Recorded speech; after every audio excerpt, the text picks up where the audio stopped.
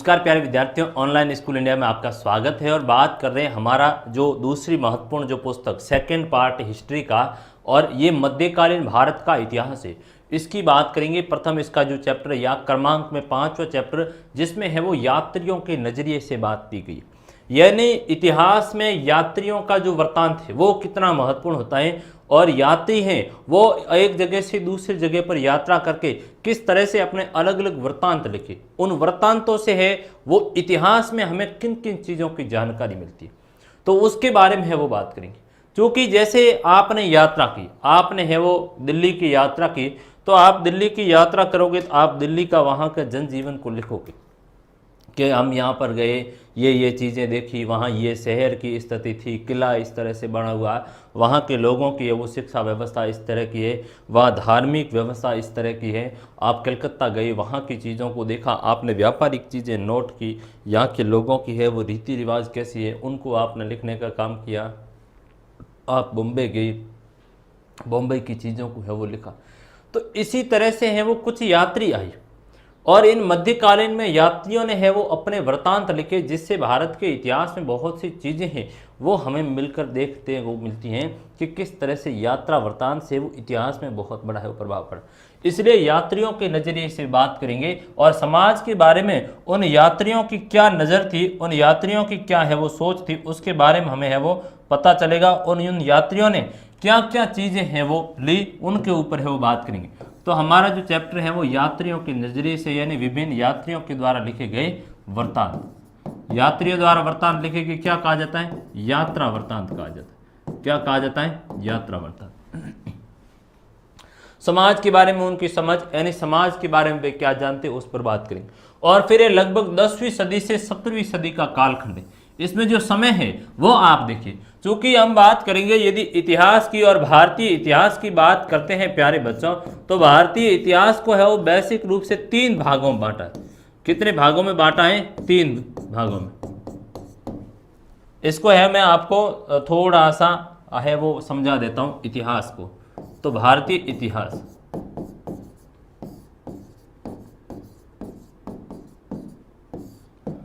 कितने भागों में है? 3 भागों में। एक आपका प्राचीन भारत आ गया, दूसरा आ गया मध्यकालीन भारत, और तीसरा आ गया आधुनिक भारत। आधुनिक भारत। और जो प्राचीन भारत का समय है वो माना जाता है, हम देखेंगे कि सिंधु घाटी सभ्यता है जो हमारी हड़प्पा सभ्यता, हड़प्पा संस्कृति, वहां से लेकर के 10वीं सदी के कालखंड तक को है वो हम मानेंगे प्राचीन भारत। तो तकरीबन हम कहां से मानते हैं? वही आपका 2600, सिंधु घाटी का 2600 BCE से लेकर के हैं वो 10वीं सदी या 1000 CE तक, 1000 CE यानी कॉमन एरा तक। अब जो मध्यकाल प्रारंभ होता है, तो मध्यकाल आपका है वो 10वीं सदी का, मतलब 1000 ईस्वी। तो 1000 ईस्वी से लेकर आपका तकरीबन है वो 17वीं सदी तक। 7वीं सदी का मतलब हुआ आप कहोगे 1700 तक का, 1700 तक का जो कालखंड है उसको हम लें। फिर है वो आधुनिक भारत, और आधुनिक भारत को है वो औरंगजेब की मृत्यु हो जाती है 1707 में। तो 1707 यानी 7वीं सदी से लेकर के है वो राष्ट्रीय आंदोलन का घटनाक्रम हमारा चलता है, उस तक को है वो हम लेते हैं। तो 1700 से लेकर के 1947 तक का है वो आधुनिक भारत का है वो कालखंड है। ये बेसिक एक समय है। तो हम जो बात कर रहे हैं प्राचीन भारत को तो हमने पढ़ लिया था, और प्राचीन भारत में हमने है वो सारी बातें कर ली थी। सिंधु घाटी की हमने बात कर ली थी, सिंधु घाटी की है वो बात कर ली थी। हमने है वो महाभारत की बात की थी। हमने है वो, आपको इससे पता होगा, महाभारत से पहले है वो 16 महाजनपदों की बात की थी। आपको पता हो मैंने मौर्य काल के बारे में बात की थी। फिर है वो महाभारत के बाद में हमने बौद्ध धर्म की इनकी भी है वो बात कर ली थी। बौद्ध धर्म है, जैन धर्म है, तो प्राचीन भारत हमारा हो गया था। अब हम बात करेंगे मध्यकाल, और ये मध्यकाल का हमारा एक प्रथम चैप्टर है वो शुरू कर रहे हैं, मध्यकालीन है वो हिस्ट्री का। तो अब जो मध्यकाल है इसमें यात्रियों का विवरण है, यात्रियों के विवरण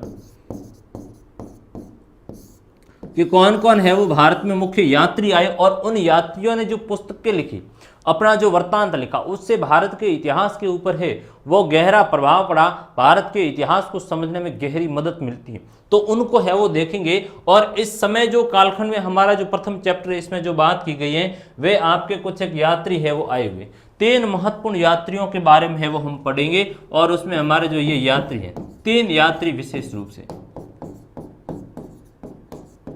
3 यात्रियों के बारे में विशेष रूप से। तो ये 3 यात्री हैं वो हमारे लिए महत्वपूर्ण है, इनको पढ़ेंगे।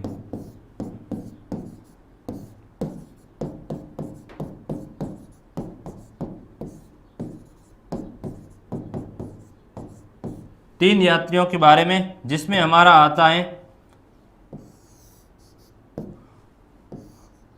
अल-बरूनी आता है, इब्न बतूता आता है और बर्नियर आता है। तो पहले हम पढ़ेंगे अल-बरूनी के बारे में। अल-बरूनी यात्री हैं और ये 11वीं सदी का यात्री है, 11वीं सदी का है वो यात्री, ठीक है साहब। और ये यात्री है, एक पुस्तक लिखता है किताब उल हिंद, किताब उल हिंद। इसी किताब का नाम है तहकीक मा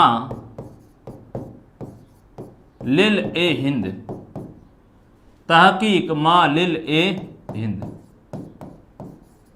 ये इसी का एक दूसरा नाम भी है वो आता है। फिर हमारे पास आता है इब्न बतूता, इब्न बतूता।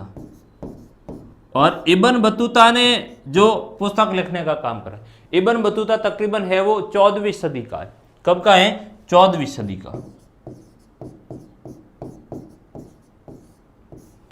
तो 14वीं सदी का मतलब हुआ कि सदी जो समय है उसको दिशाने का काम कर रहा है। जैसे वर्तमान में हमारा चल रहा है 2020, 21 ये चल रहा है, तो 21वीं सदी, तो जो कालखंड चल रहा है उससे 100 साल का है वो सदी पूरी आगे मानी जाती है। तो ये जो 14वीं सदी का मतलब हुआ ये 1332-37 का है, इस समय का यात्री था, ठीक है। तो इस कालखंड में था। और अल-बरूनी है वो 1000 ईस्वी में था, तो 1100 है वो सदी आ जाएगा, ठीक है। फिर एक यात्री आता है Francois Bernier,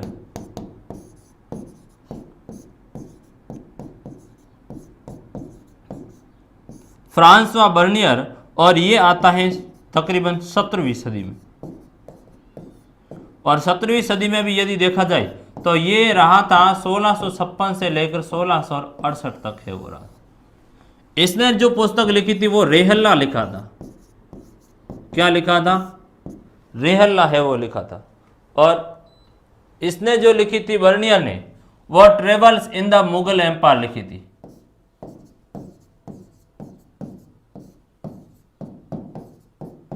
travel in the Mughal empire,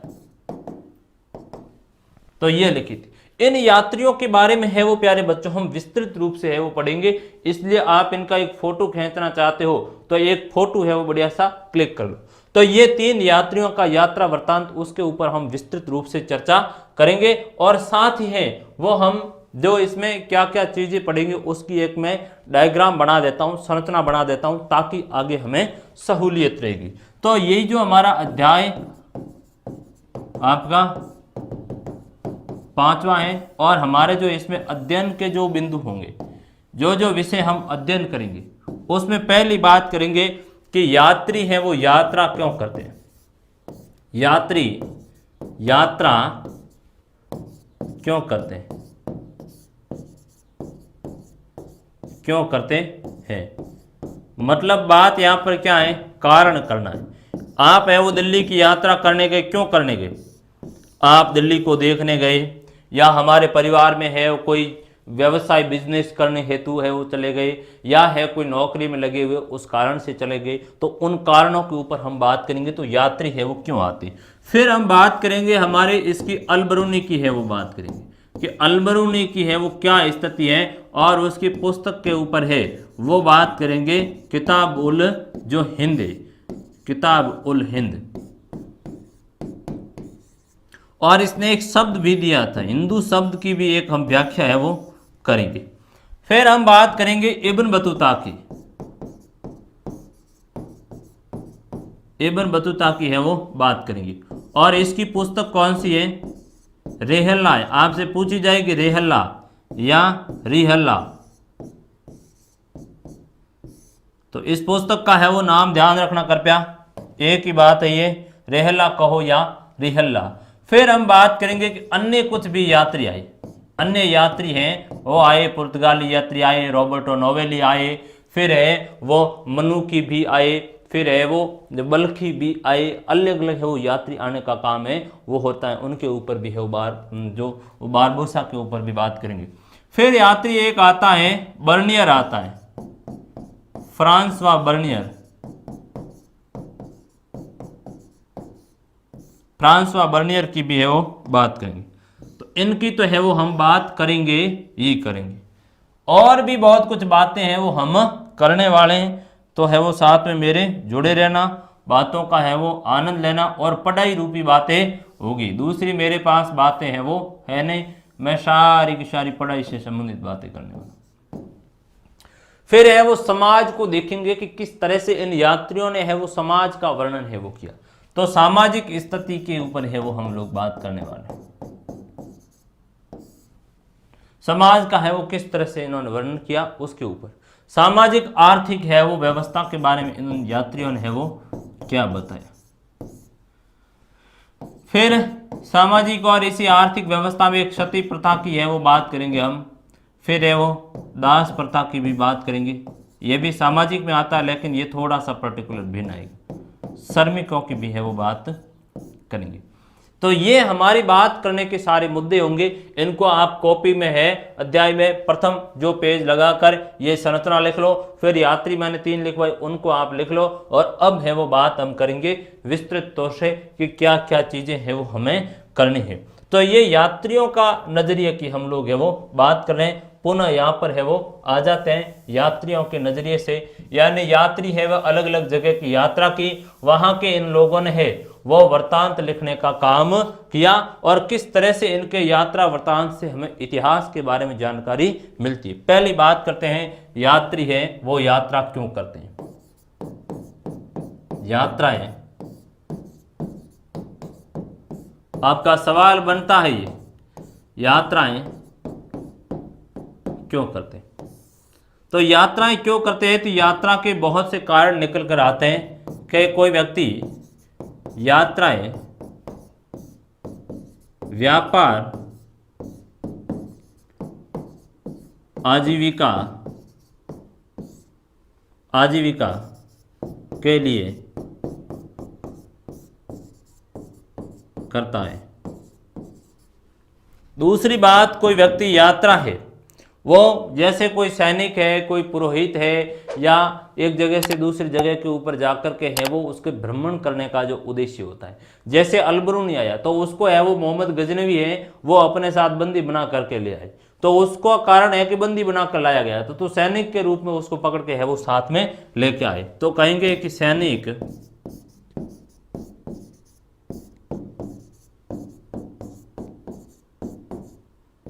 पुरोहित के रूप में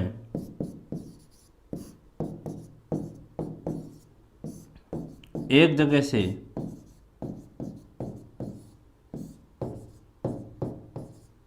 दूसरी जगह जाना, तो ये सैनिक पुरोहित के रूप में एक जगह से दूसरी जगह के ऊपर है वो जाना। फिर तीसरी बात है साहसिक भावना से प्रेरित होकर यात्राएं करना, साहस से प्रेरित होकर के क्या करना, यात्रा है वो करना।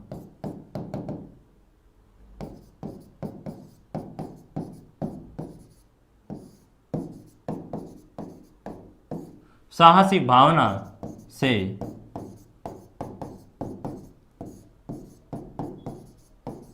प्रेरित होकर यात्रा करना। तो ये यात्रा करने के उद्देश्य थे। अब यात्रा के है वो लाभ क्या है उसको भी देख लेते हैं। यात्रा से किन किन चीज़ों की हमें जानकारी मिलती है, तो यात्रा के है वो क्या क्या चीज़ें निकल कर आई, यात्रा से कौन कौन सी चीज़ें हैं वो निकल कर आई। यात्रा से किन किन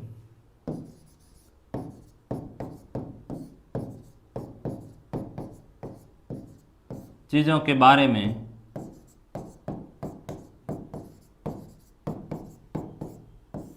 जानकारी मिलती है। यात्रा के बारे में है वो हमें किन किन चीज़ों के बारे में जानकारी है वो मिल रही। जैसे हमने कहा कि किसी जगह की यात्रा करते हैं तो उस जगह के है वो आर्थिक जीवन के बारे में हमें जानकारी मिलती है। एक बात तो ये हो जाएगी। तो बात करते हैं किसी जगह की यात्रा से वहां के आर्थिक, सामाजिक, धार्मिक,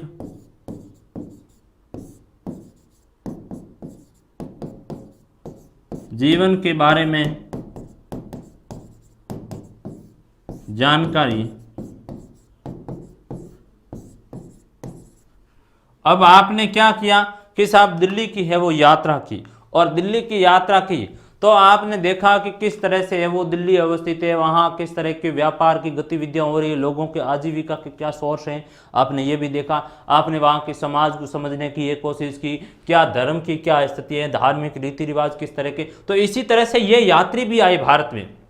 अलबरूनी आया और उसने देखा कि समाज की है वो क्या स्थिति है, जाति व्यवस्था है वो समाज में किस तरह की है। बर्नियर ने देखा कि यहाँ पर सती प्रथा जैसी व्यवस्थाएं हैं, और ये बर्नियर बाकायदा उल्लेख करता है कि मैं लाहौर गया और एक 12 साल की लड़की को जबरन है वो चिता के ऊपर बैठकर जला दिया गया। क्यों? क्योंकि उन्होंने कहा कि है वो सती हो जाएगी, और इस तरह की है वो भावना थी। तो ये जानकारी हमें इन यात्रियों से ये घटनाक्रम हमें पता चला है।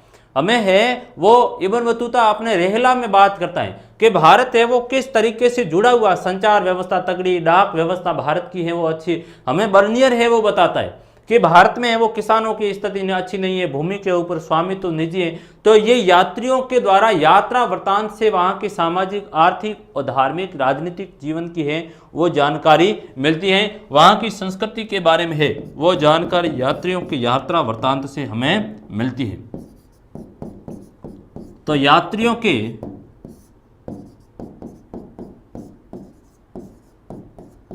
यात्रा वृतांत से उस जगह के नगरों की स्थिति,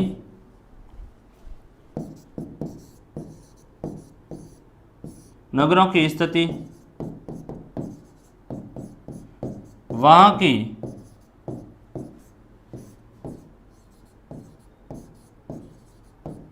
संचार व्यवस्था के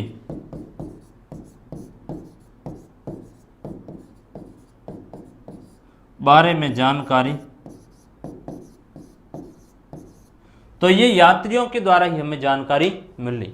तो ये यात्रा से किन किन चीज़ों के बारे में जानकारी है वो मिलती है, ये भी है वो हमारी बात हो गई। अब हम बात करेंगे मुख्य मुद्दे के ऊपर, अलबरूनी और किताबुल हिंद की, कि अलबरूनी का किस तरह का है वो यात्रा वृतांत रहा, और किस तरीके से है वो अलबरूनी भारत की यात्रा है वो प्रारंभ करता है, और अपने पुस्तक किताबुल हिंद के अंतर्गत है ये बात उल्लेखित कर रहा है। तो उसके बारे में है वो जानकारी हम प्राप्त करेंगे, किस तरह से ये विद्वान था, अलग अलग चीज़ों के बारे में, संस्कृत के बारे में, धर्म के बारे में, दर्शन के बारे में, रीति रिवाज, तीर्थ के बारे में सारी जानकारी है वो हमें अलबरूनी दे रहा है। और किस तरह से इसकी ख्वारिज्म से पंजाब तक की यात्रा है वो होती है, और उस यात्रा में आकर के भारत का इतिहास लिखने का काम है वो कर रहा है। इसलिए जो ये इसकी पुस्तक है किताबुल हिंद, ये भारत का इतिहास बताने का काम करे।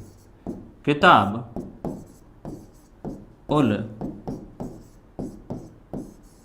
हिंद, आपसे ये सवाल पूछा जाएगा, 1 नंबर में सवाल पूछा जाएगा। और ये फोटो जो देख रहे हो ये किसकी है, अल-बरूनी की है, वो अल-बरूनी की पुस्तक है। अब बात इसकी 1.1 से करते हैं, ख्वारिज्म से क्या कर रहा है, ये यात्रा कर। तो ख्वारिज्म से इसकी यात्रा प्रारंभ होती है, कहेंगे कि साहब है वो सुल्तान मोहम्मद ने ख्वारिज्म के ऊपर आक्रमण किया और वहां से बहुत सारे लोगों को बंदी बनाकर है वो अपने साथ ले आए। उसमें एक है वो ये ख्वारिज्म से आया हुआ यात्री अल-बरूनी भी था। तो कहेंगे कि सुल्तान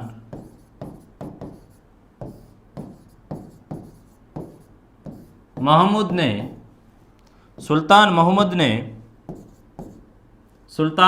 ने ख्वारिज्म पर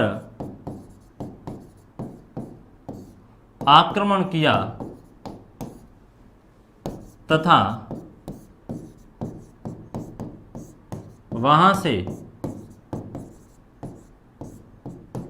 बहुत से कवियों और विद्वानों को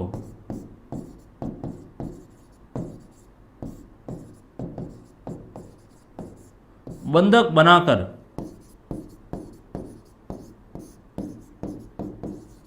अपने साथ गजनी है वो ले आए। अपने साथ कहां पर लेकर आए, अपने साथ गजनी है वो लेकर आए, गजनी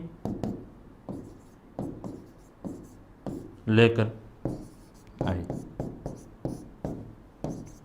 उसमें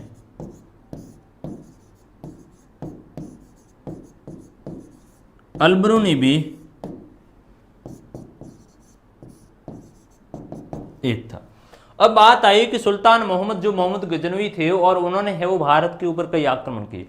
तो सुल्तान मोहम्मद ने गजनी जो ख्वारिज्म के ऊपर आक्रमण किया और वहां से बहुत से कवियों और विद्वानों को बंदी बनाकर ले आए। तो उसमें घटनाक्रम आया हुआ है कि अल-बरूनी भी कह रहा है कि मुझे भी ख्वारिज्म से इन्होंने बंदी बना लिया और अपने साथ गजनी ले आए और राज दरबार में है वो मुझे रखा। क्योंकि जो मोहम्मद थे तो मोहम्मद की है वो विद्वानों का संरक्षक दाता था और मोहम्मद ने बहुत से विद्वानों और कवियों को अपने दरबार में है वो रखा। ऐसी स्थिति में मुझे भी रखा और है वो कहा कि आप है वो क्या करो, या आप है वो कुछ भी पढ़ाई लिखाई का है वो काम करो। तो ये वहां पर बैठा है और दरबार में पढ़ाई लिखाई का काम कर रहा है। और भारत भी है वो देखेंगे कि पंजाब साम्राज्य है वो मोहम्मद गजनवी के हैं, वो मोहम्मद के क्षेत्राधिकार में आ गया था और मोहम्मद के क्षेत्राधिकार में आया। तो ऐसी स्थिति के अंतर्गत है वो पंजाब के लोगों का भी है वो मिलना जुलना अक्सर है वो होता रहता है। फलत अल-बरूनी है वो अब क्या हुआ कि यहाँ के लोगों को बारे में जानने की है वो कोशिश कर रहा है, यहाँ के लोगों के बारे में है वो व्यक्ति सीख रहा है। तो हम कहेंगे कि भारत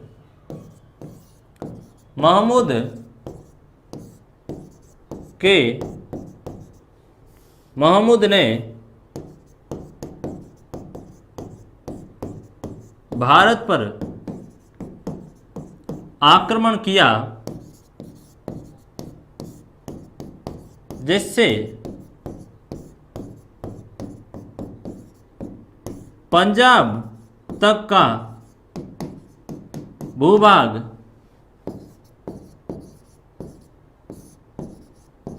महमूद के साम्राज्य का हिस्सा बना, महमूद के साम्राज्य का हिस्सा बना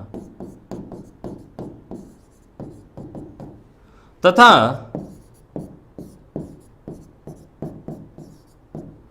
पंजाब के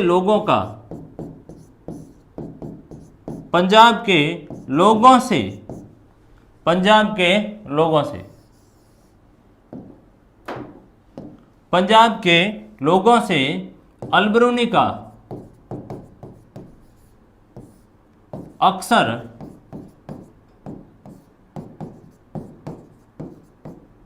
मिलना होता था।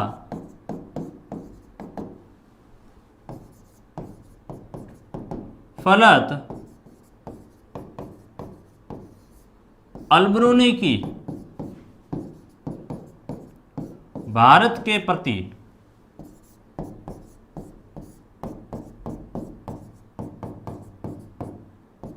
जिज्ञासा बढ़ी और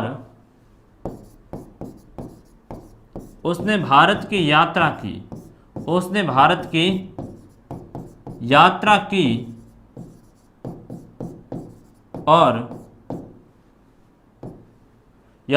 और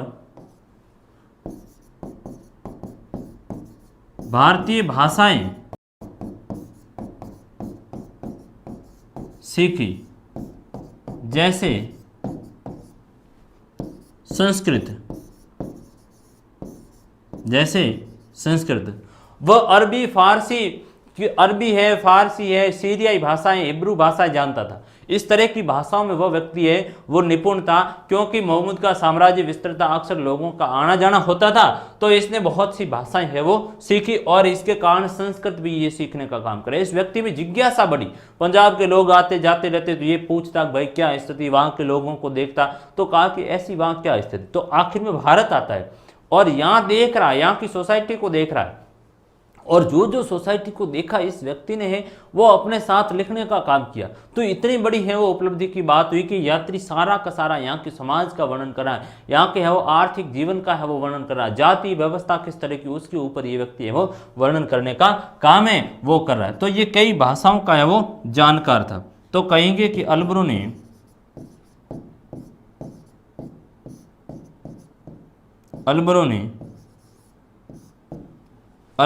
अरबी,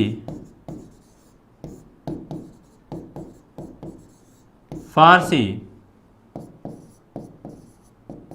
हिब्रू, सीरियाई,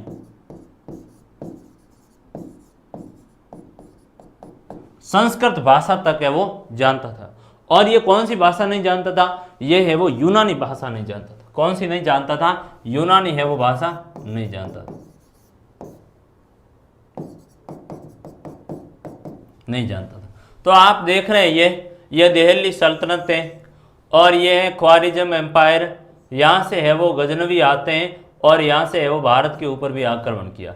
तो यहाँ से ये 973 ईस्वी के अंतर्गत इसका क्या हुआ था, जन्म है वो हुआ था, किसका, अल्बरूनी का हुआ था। तो ये अल्बरूनी यहाँ आने का काम है वो कर रहा है। तो आपसे प्रारंभिक पूछा जाएगा अल्बरूनी के बारे में आप क्या जानते हैं, तो आपको बताना पड़ेगा। और हमारा जो महत्वपूर्ण सवाल आता है वो यहाँ से है वो उठता है। ये सवाल कई बार पूछा गया, इवन की कंपटीशन की परीक्षाओं में इस पुस्तक को 1000 बार पूछा गया। इवन की जो सिविल सेवा में है वो किताबुल हिंद के ऊपर है वो सवाल पूछा जाता है, क्यों भारत के इतिहास के बारे में ये विस्तृत जानकारी देने का काम है वो करे। तो किताबुल हिंद की है वो हम बात करेंगे कि किस तरह की है वो पुस्तक है। तो किताबुल हिंद है वो आप बात करें कि इसका लेखक कौन है,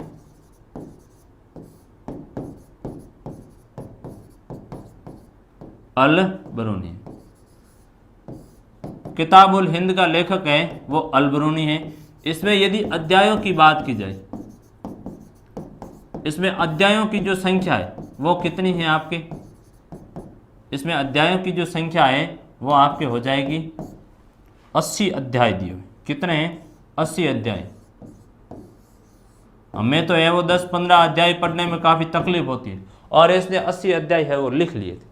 80 अध्यायों के अंतर्गत ये पुस्तक लिखित है, सरल और स्पष्ट भाषा के अंतर्गत ये पुस्तक लिखी हुई। अब इसने जो पुस्तक लिखी है, इस पुस्तक के प्रारंभ में ये क्या करता था, सवाल से प्रारंभ करता था। तो पुस्तक को जो लिखने की इसकी शैली है वो अद्भुत है। पुस्तक लेखन की शैली अद्भुत थी। ये प्रारंभ एक प्रश्न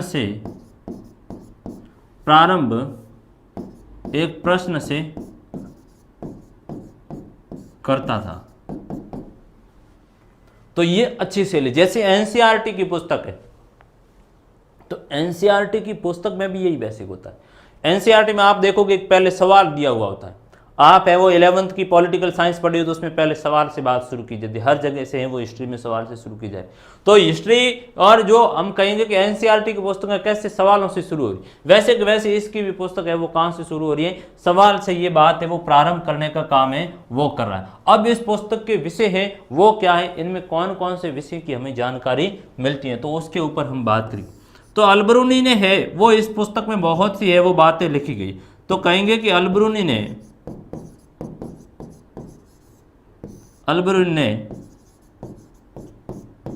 धर्म और अलबरूनी की इस किताबुल हिंद से धर्म और दर्शन है, त्योहार है,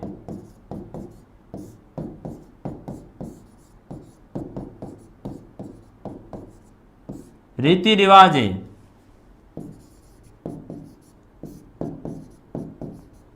खान पान है, माप तोल है, पहनावा है।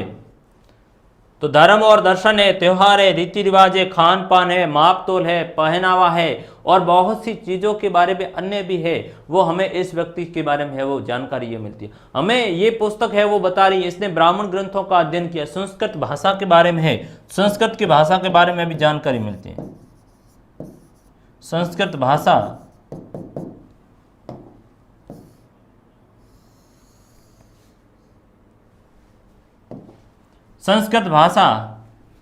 ब्राह्मणीय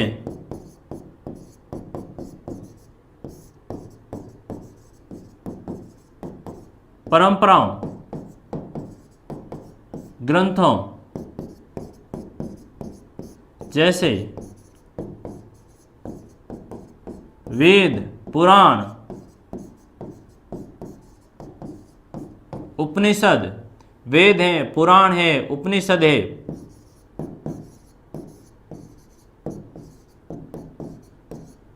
आदि के बारे में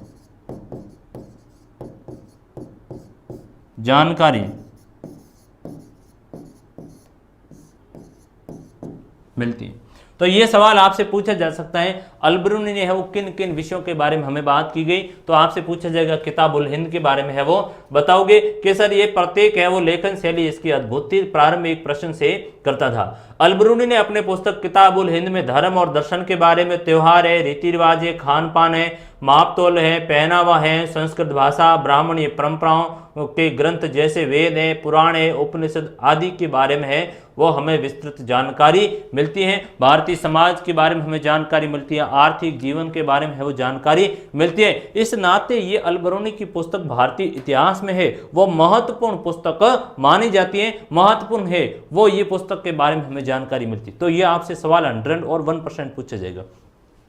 एक इसने है वो भारत के बारे में और भी बात की थी कि हिंदू शब्द की है वो राम कहानी दी गई। ये एक बात कर रहा है अपने पुस्तक के अंतर्गत कि हिंदू जो शब्द है उसका वाकई में है वो अर्थ क्या है, तो उसको भी देख लेते हैं। तो हिंदू शब्द तो कहा है कि हिंदू शब्द है वो प्रचलन में आया था तकरीबन 6वीं से 5वीं सदी ईसा पूर्व में यह शब्द एक प्रचलन में वो आया। हिंदू शब्द सर्वप्रथम कब प्रचलन में आया, कब इसकी प्रारंभ होती है, तो 6वीं से 5वीं सदी है ईसा पूर्व के अंतर्गत ये शब्द प्रचलन में आया। ये किन के लिए प्रयोग होता था, तो इनमें कहा गया है कि ये शब्द है वो फारसी भाषा का एक शब्द है। किस भाषा का शब्द है, तो भाषा कौन सी है, तो इसकी फारसी भाषा है, भाषा है वो फारसी भाषा का एक ये शब्द है। और ये शब्द है वो ये शब्द जो पर्शियन लोग हुए थे, इन्होंने जो आप कहोगे कि सिंधु नदी है, इंडस वैली हमने फर्स्ट चैप्टर में पढ़ी थी, सिंधु नदी के पूर्व में रहने वाले लोगों के लिए प्रयोग किया। तो कहेंगे कि पर्शियन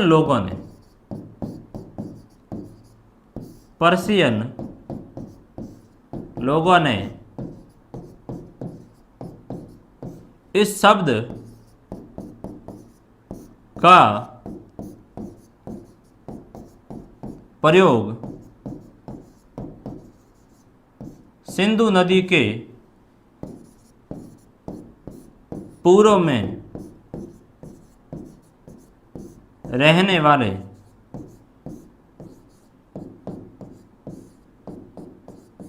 लोगों के लिए किया।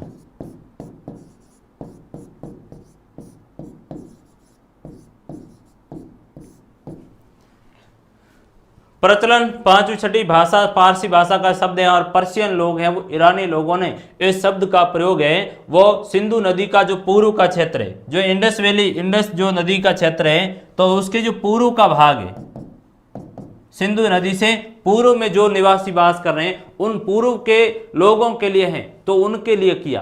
पूर्व के भूभाग में जो लोग रह रहे हैं उनके लिए, पर्टिकुलर नाम नहीं दिया कि ये हिंदू है, पूरे लोगों का समूह जो भी रह रहा है उनके लिए प्रयोग हुआ। और आगे जाकर के है वो अरब लोगों ने इसका प्रयोग है और भी है वो गंभीरता से किया। तो अरब लोगों ने क्या किया कि जो सिंधु नदी के पूर्व में रहने वाले लोग हैं उनके लिए प्रचलन में किया और कहा कि ये स्थान है वो हिंदुस्तान और भाषा है वो इनकी हिंदवी होगी। तो ये अरबी लोगों के द्वारा किया गया। तो पर्शियन लोगों ने तो क्या कहा था, पर्शियन ने कहा था कि सिंधु के पूर्व में सिंधु नदी, ये जो इंडस है इसी इंडस से ही बात निकल कर आई।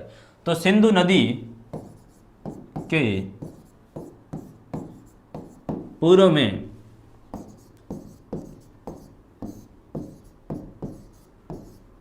रहने वाले लोगों के लिए किया। एक बात ये, दूसरी आती है साहब अरेबियन लोगों की।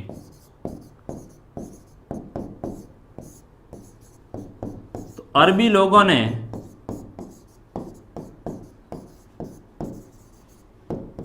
सिंधु नदी के पूर्व में रहने वाले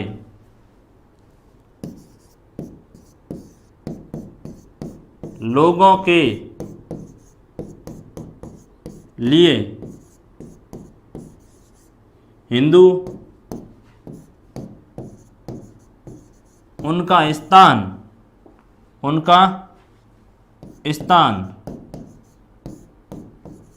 कौन सा हो जाएगा, हिंदुस्तान, और तथा उनकी भाषा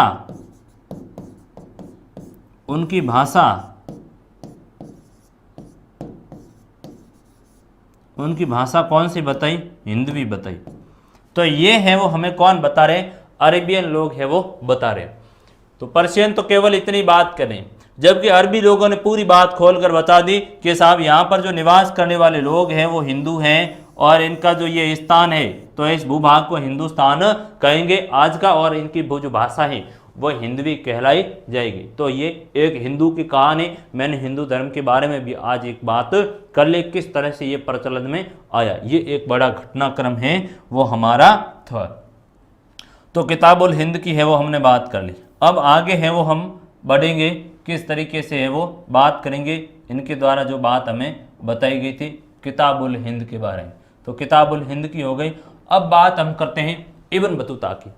इब्न बतूता है वो किस तरीके से आने का काम कर रहे हैं तो उसके ऊपर है वो बात कर ले।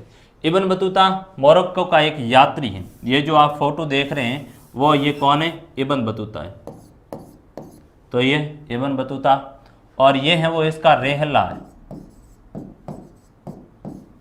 ये क्या इसका रेहला यात्रा वृत्तांत है।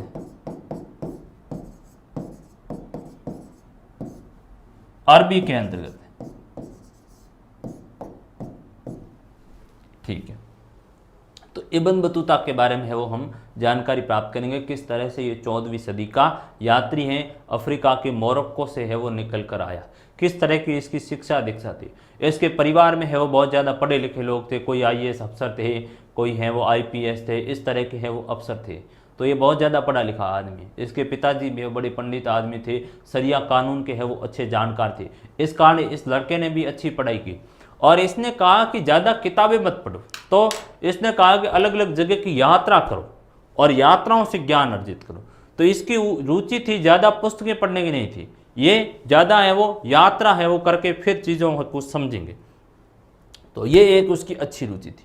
ये उस समय आने की बात करें, बहुत हठीला यात्री है। ये कह रहा है कि एक बार हम आ रहे थे, हमारे पीछे डाकुओं का एक कारवा पड़ा, बड़ी मुश्किल से है वो हम छूटे, हमारी हालात ख़राब कर दी, नहीं तो मार देती। मेरे कई मित्रों को भी है वो उन डाकुओं ने मार दिया। तो इस तरह की वो बात कर रहा है। उस समय यानी 14वीं सदी में जब एक जगह से दूसरी जगह पर जाना मुश्किल था, उस समय इस यात्री की हठीली प्रवृत्ति ने है वो पूरे विश्व में यात्रा कर रहा था। और ये यात्रा इतनी भयंकर रहा है, भारत आया, उससे पहले मक्का गया, सीरिया गया, यमन है वो गया, ईरान है वो गया, भारत आया, सिंध के रास्ते से होते हुए मुल्तान आया, फिर होते हुए दिल्ली आया, दौलताबाद गया, फिर मालाबार तट पर है वो वहाँ पर चला गया, कई दिन मालदीव में है, वहाँ पर जाकर 18 महीने तक काजी रहा, दिल्ली में है वो मोहम्मद बिन तुगलक के समय ये व्यक्ति काजी रहा, चीन है वो गया, अब इतनी है वो इसने यात्राएं की असम बंगाल तक का। तो ये यात्री उस समय यात्रा करता है, जो अपने आप में एक बहुत बड़ी है वह उपलब्धि की बात है। और इसने सोसाइटी का है वो बड़ा वर्णन किया जिससे हमें जानकारी मिल रही है। तो बात हम इब्न बतूता की है वो करेंगे एक आरंभिक विश्व यात्री किस तरह का था, तो उसके ऊपर बात करेंगे। तो इब्न बतूता जन्म इसका मोरक्को के जो तंजीर क्षेत्र है उसमें हुआ। मोरक्को का जो तंजीर क्षेत्र है,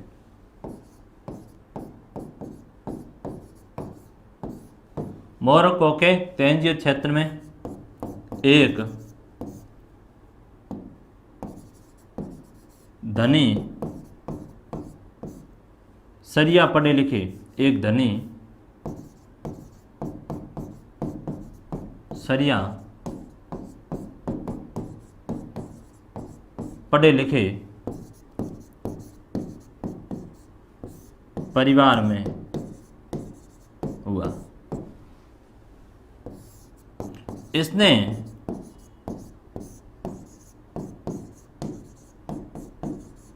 पुस्तकीय ज्ञान के बजाय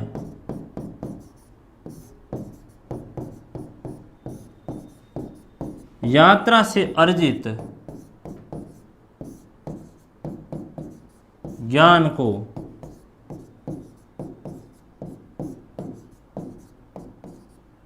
ज्यादा महत्व दिया। इसने कहा कि अलग अलग जगह की है वो क्या करो, आप यात्रा है वो करो। और इसका जो ये पुस्तक है वो किस भाषा में है? अरेबियन में। इस बात का आप क्या रखोगे? ध्यान है वो रखोगे। तो ये हमारा रिहला है वो हो रहा, और ये किस तरह यात्रा करता उसकी है वो आगे मैं बात कर लेता हूं। तो ये इस एक आरंभिक विश्व यात्री, और ये उस समय यात्रा कर रहे हैं जब यात्रा करना बहुत ही दुर्भर था। तो कहेंगे कि इब्न बतूता ने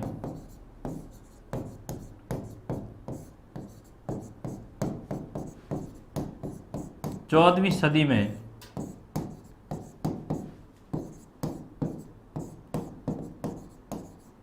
उस समय यात्राएं की जिस समय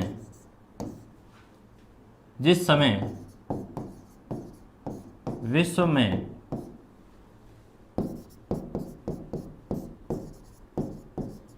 यात्रा करना मुश्किल था। ठीक हुआ। कहेंगे कि 1300 जो 32-33 में भारत आने से पूर्व उसने, यानी इब्न बतूता ने, मैं यहीं से ले लेता हूं, उसने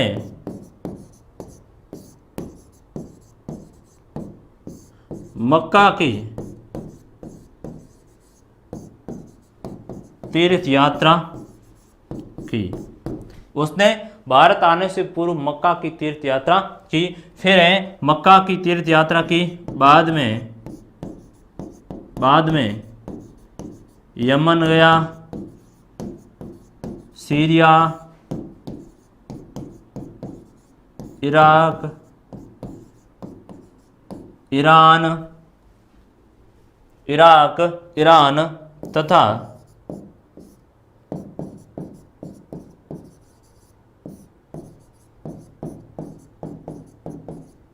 सिंध के रास्ते दिल्ली आया।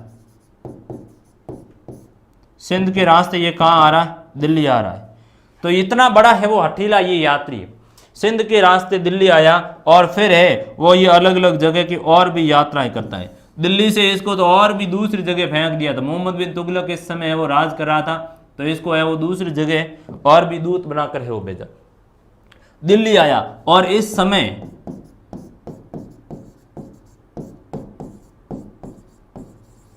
दिल्ली पर तुगलक वंश का एक शासक था, मोहम्मद बिन तुगलक,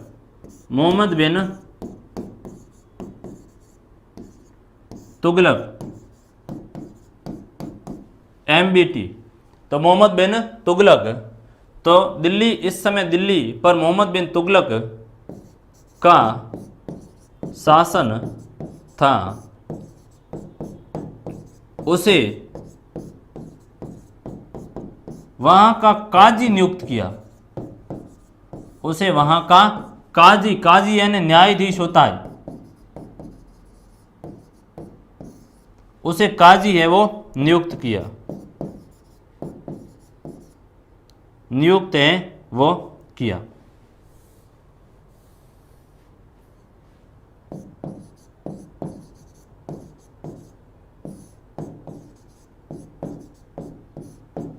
काजी है वो नियुक्त किया। इसके बाद में ये मालदीव भी गया, लंका भी है हो गया, उसका भी वृत्तांत है वो थोड़ा सा आप लिख लो। तो कहेंगे कि दिल्ली सुल्तान ने उसे ख्वारिज्म की यात्रा के लिए भेजा। तो ख्वारिज्म की यात्रा के लिए है वो भेजा और चीन के शासक के पास में भी दूत के रूप में भेजा। तो है वो वहां पर भी ये गया और चीन भेजा गया। तो चीन है वो, चीन का एक बंदरगाह है जायतून, चीनी बंदरगाह,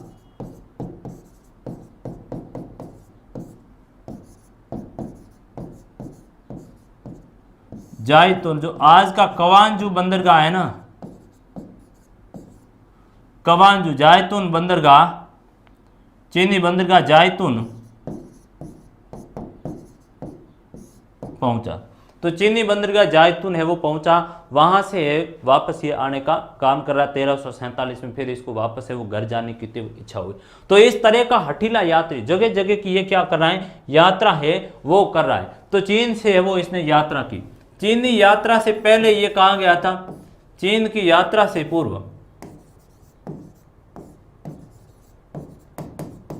चीन की यात्रा से पूर्व मालाबार तट,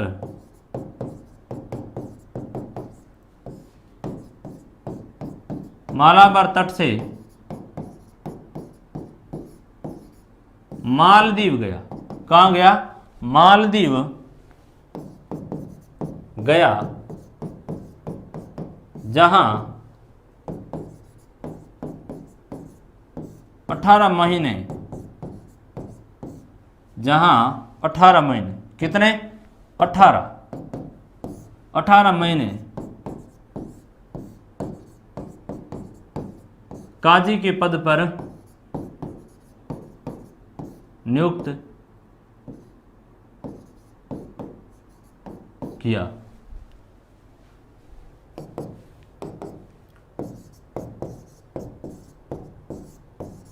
मालदीव के बाद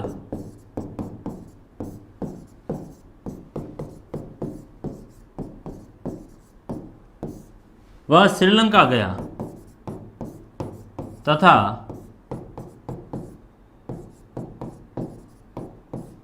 श्रीलंका से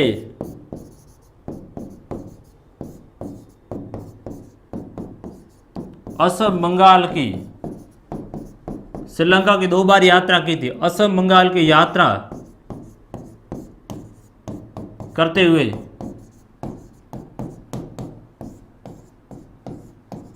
सुमात्रा द्वीप से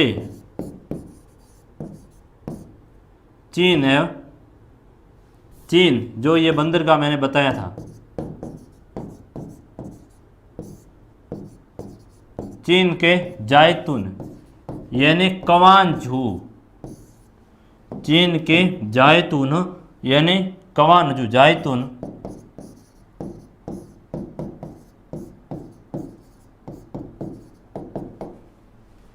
तो इस तरह का ये हठीला व्यक्ति है, अलग अलग यात्रा कर रहा है। मैं इसलिए लैंग्वेज लिख रहा हूँ, आपको सारी लिखनी पड़ेगी, तो कृपया आप साथ में वो नोट्स बनाकर इसको लिखते रहे, एक एक है वो पॉइंट दर पॉइंट। बहुत सारे लोग हैं वो स्लाइडें डाल देते हैं इसमें और है वो पीपीटी डालकर फिर दावा कर रहे हैं कि हम है वो पढ़ा रहे हैं, उत्तम क्वालिटी की गुणवत्ता दे रहे हैं। तो इस तरह की है वो झांसे से बचें कृपया, और जो चीज़ें मौलिक रूप से मैं करवा रहा हूँ उन चीज़ों को है पढ़ें, क्वालिटी के साथ गुणवत्ता नहीं करें। बहुत जगह है वो रायता फैला कर रखा है, हर कोई खड़ा होकर दावा कर रहा है कि मैंने पढ़ा है दी बेस्ट, उससे बेस्ट नहीं है। और मैं ये दावा नहीं कर रहा हूँ, ये आप खुद ही तय करोगी गुणवत्ता किस तरह की चीज़ है। हाथ से लिखने में है वो काफ़ी जोर पड़ता है, तो वो जोर है वो पढ़ने में भी पड़ता है, तो हाथ से लिखने में बहुत ज़्यादा पड़ता है। पढ़ तो हम लेते हैं, फिर कहते हैं हमें याद हुआ, लेकिन जब कॉपी में लिखना शुरू कर लेते हैं तो है वो किस तरीके से है वो कहते हैं कि हम याद है वो पढ़ते हैं वो समुद्र जितना, और फिर है वो आते कितना है याद रहता है वो बाल्टी जितना, और आखिर में जब लिखते हैं तो कितना लिख लेते हैं, वो गिलास भी पूरा नहीं है, बूंद भर ही लिख पाते हैं। तो ये स्थिति है, कृपया क्वालिटी के मामले में समझौता न करें और अच्छी चीज़ जहाँ जो हो रही वहाँ से वो पढ़े। बाकी तो बहुत जगह रायता फैलाया हुआ पड़ा है ये मार्केट में, तो आपको क्वालिटी तय करनी। और क्लासें मैंने कहा मेरी सारी की सारी वहाँ पर पढ़ी है प्लेलिस्ट में, वहाँ से क्रमिक रूप से पढ़ो, उनके नोट्स बनाओ। मैं सारे सवाल भी करवाऊंगा, बोर्ड के जो सारे पेपर हैं उन प्रत्येक चैप्टर में कितना कहाँ से क्या आया, सवाल किस तरह से डील करना, वो भी मैं करवाऊंगा। इसलिए आप लोग हैं वो मेरे साथ जुड़े रहें। तो ये एक घटनाक्रम था, इसकी एक है वो आप स्क्रीनशॉट ले सकते हो।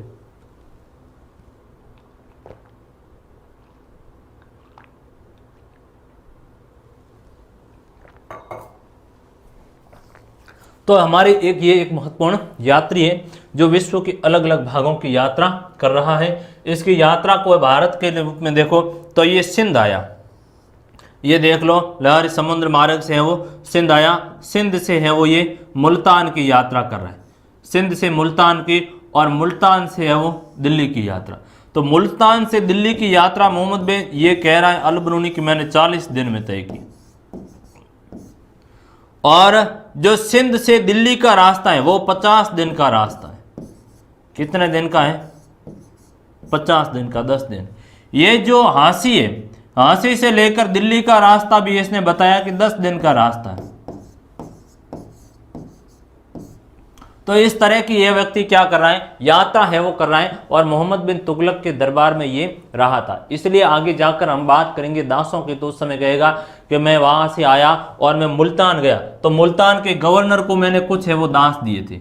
मुल्तान का जो गवर्नर है, तो मुल्तान का जो गवर्नर है उसको भी मैंने क्या किया, उसको किशमिश दी, उसको भेंट स्वरूप क्या दी मैंने, किशमिश, उसको किशमिश दी, बादाम है वो भी उसको दी, और कुछ दास भी है वो मैंने उसको दिए। इसका मतलब ये हुआ कि दास व्यवस्था भारत में प्रचलन में थी, एक ये भी बात हुई। फिर आगे इसने एक और भी बात कही कि मैंने क्या किया कि दिल्ली गया, और दिल्ली के ऊपर कौन राज कर रहा था, MBT है वो कर रहे थे, मोहम्मद बिन तुगलक है वो कर रहे थे। और मोहम्मद बिन तुगलक है वो उनका एक धर्मोपदेशक था, धर्म का उपदेश देता था। मोहम्मद बिन तुगलक को नसीरुद्दीन, कौन दे रहा था, नसीरुद्दीन। तो नसीरुद्दीन को है मोहम्मद बिन तुगलक ने 2 चीजें दी, एक तो क्या दी, 1 लाख टके दिए, 1 लाख टके, और 200 है वो दास दिए। 200 दास दिए। तो इसका मतलब ये हुआ कि दासों के हैं वो उस समय खरीद फरोख्त की चीज़ें दासों को बना दी गई। ऐसा है वो हमें ये बताने का काम है वो कर रहा। दिल्ली में मोहम्मद बिन तुगलक के समय है वो मैंने बताया था कि ये काजी की पद पर रहा था। किसके पद पर रहा था? काजी यानी न्यायाधीश के है वो पद पर रहा था।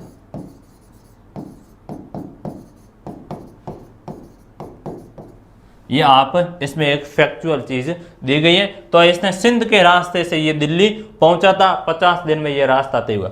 आगे एक बात और भी करेगा, ये कहता है कि जो दिल्ली से लेकर के सिंध पहुंचने का रास्ता 50 दिन का है, लेकिन भारत में क्या है कि तेज डाक व्यवस्था थी। भारत में क्या थी?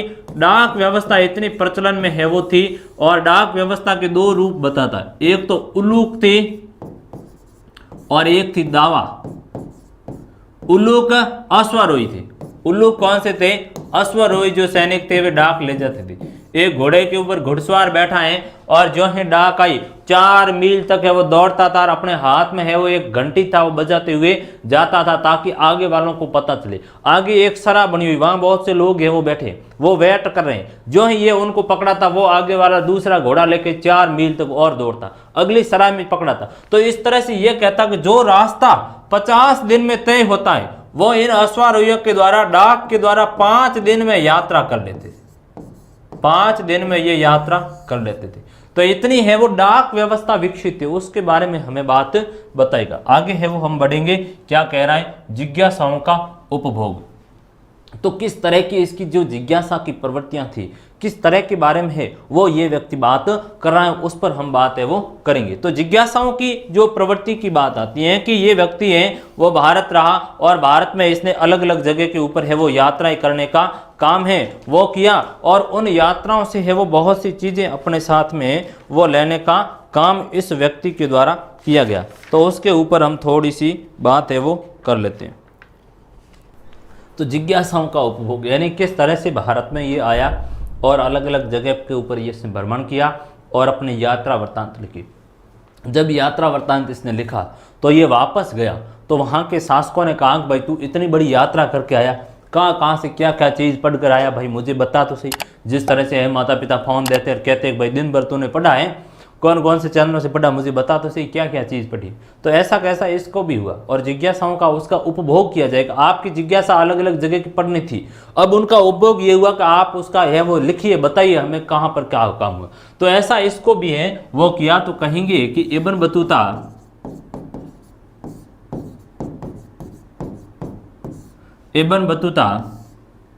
ने अपने अलग अलग यात्राओं को वहां के शासकों के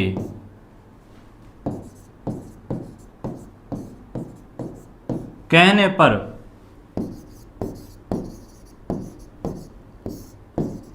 लिखने का काम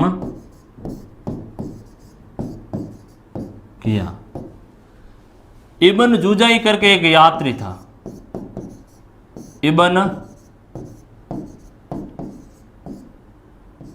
जुजाई। तो इब्न जुजाई ने है वो इब्न बतूतिया की इस यात्रा की कहानियों को लिखने का काम है वो किया।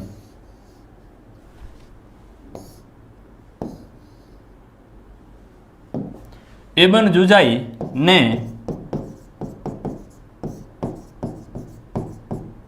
इब्न बतूता की यात्राओं की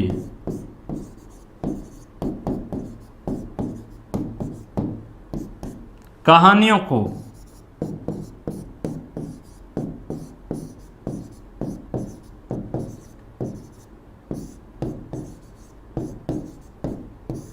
लिपिबद्ध किया। इसने जो वर्णन किया समाज का उसके बारे में है वो जाकर के ये लिखने का काम है वो कर रहे हैं कि किस तरह की एक स्थिति थी। तो ये बात एक इब्न बतूता के द्वारा जो यात्रा के दौरान उसने बहुत सी चीज़ें देखी करी, समाज का आर्थिक रूप से उनका सारा वर्णन करता है, नगरों का है वो वर्णन करने का कर रहा है, दासों का समाज की स्थिति क्या है, तो उन सारी बातों को है वो इब्न जुज़ाई के द्वारा लिखित किया गया। तो हम कहेंगे कि साहब इसने जो है वो अलग अलग रूप में यात्राएं का जो वृत्तांत है वो लिखा। तो कहेंगे इब्न बतूता के यात्रा वृत्तांत से हमें अलग अलग समाजों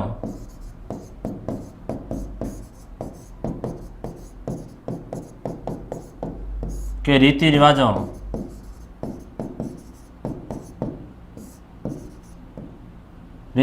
परंपराओं के बारे में